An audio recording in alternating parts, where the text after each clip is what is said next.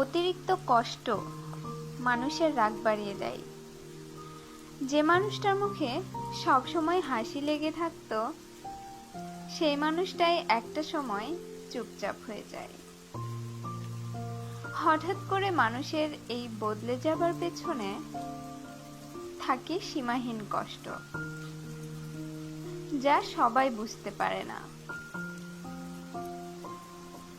এই কষ্টগুলো শুধু নিজে নিজেই উপলব্ধি করতে হয়, কাউকে বোঝানো যায় না, আর কেউ বুঝতেও যায় না।